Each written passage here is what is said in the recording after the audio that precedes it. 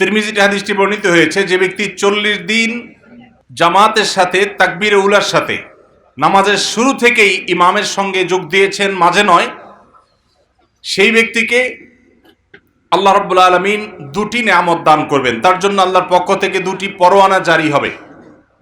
তার একটা হলো বারাআতুম মিনান নিফাক, এই ব্যক্তির মুনাফিকি থেকে মুক্তির ঘোষণা দেওয়া হবে, যে এই ব্যক্তির মধ্যে কপটতা নেই, সে খালেস এবং সচ্চা মুমিন, তার ইমানের ভিতরে কোনো ভেজাল নেই। এই পরোয়ানা সে আল্লাহর পক্ষ থেকে লাভ করবে। আর আরেকটি পরোয়ানা আল্লাহর পক্ষ থেকে লাভ করবে, তা হলো বারাআতুম মিনান নার, অর্থাৎ জাহান্নাম থেকে মুক্তির পরোয়ানা। একজন মুসলমানের জীবনে এই দুটি প্রাপ্তি, এর চাইতে বড় কোনো প্রাপ্তির বিষয় আর হতে পারে না। একদিক থেকে সচ্চা মুসলমান, খাঁটি মুসলমান হওয়ার সার্টিফিকেট, অপর দিক থেকে জাহান্নাম থেকে মুক্ত হওয়ার সার্টিফিকেট। যারা টানা 40 দিন তাকবীরে উলার সাথে নামাজের শুরু থেকে শেষ পর্যন্ত ইমামের সাথে জামাতে শামিল হতে পেরেছে, সেই মানুষগুলোর জন্য এই সৌভাগ্যের ঘোষণা দিয়েছেন আমাদের প্রিয় নবী সাল্লাল্লাহু আলাইহি সাল্লাম।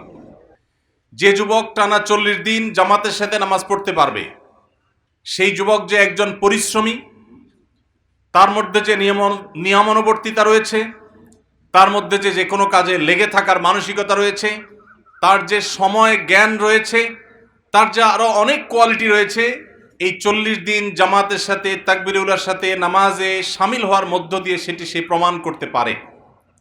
সম্মানিত উপস্থিতি, একজন অলস, একজন অকর্মণ্য মানুষ, তার দ্বারা 40 দিন টানা 5 ওয়াক্ত নামাজে প্রত্যেক ওয়াক্তই সময় মতো হাজির হয়ে তাকবীরে উলার সাথে জামাতে নামাজ পড়া সম্ভব নয়। আমরা অনেকেই হয়তো জানি, আমাদের প্রাণের নবী, প্রিয় নবী সাল্লাল্লাহু আলাইহি ওয়াসাল্লাম আল্লাহর কাছে যে সমস্ত বিষয় থেকে পানাহ চেয়েছেন, আশ্রয় চেয়েছেন, যেসব বিষয় থেকে তিনি মুক্তি চেয়েছেন, তার মধ্যে থেকে একটি হলো অলসতা। তিনি দোয়া করতেন, আল্লাহুম্মা ইন্নী আউযু বিকা মিনাল আজজি ওয়াল কাসাল, আল্লাহ আপনার কাছে আমি অক্ষমতা থেকে, অলসতা থেকে পানাহ চাই। সম্মানিত যুবক এবং তরুণ বন্ধুরা আমার, আমাদের সমাজে অনেককে দেখবেন তারা অলস, তারা অকর্মণ্য, তারা বাবার হোটেলে খান, তারা কোনো পরিশ্রম করতে রাজি নন। বিশেষ করে আমাদের এই অঞ্চলে, এই বৃহত্তর নোয়াখালী অঞ্চলে অনেকেরই ভাই বাবা বিদেশে আছেন, প্রবাসে আছেন, সেখান থেকে টাকা পাঠাচ্ছেন। আর দেশে যে আছেন, সে টোটো করে ঘুরে বেড়াচ্ছেন, আড্ডাবাজি করছেন, চায়ের দোকানে, বিভিন্ন বাজারে বাজারে ঘুরছেন এবং ক্লাবে ক্লাবে ঘুরছেন এবং সময় নষ্ট করছেন। আমরা সেই ধর্মের অনুসারী, যেই ধর্মে অলসতার কোনো সুযোগ নেই। 40 দিন টানা তাকবীরে উলার সাথে নামাজ পড়তে পারা, এটা তো রীতিমতো আমাদের সেনাবাহিনীর সদস্যরা যেরকম ট্রেনিং নিয়ে থাকে, সেরকম ট্রেনিংগুলোর মতো অত্যন্ত কষ্টসাধ্য একটা ট্রেনিংয়ের মতো।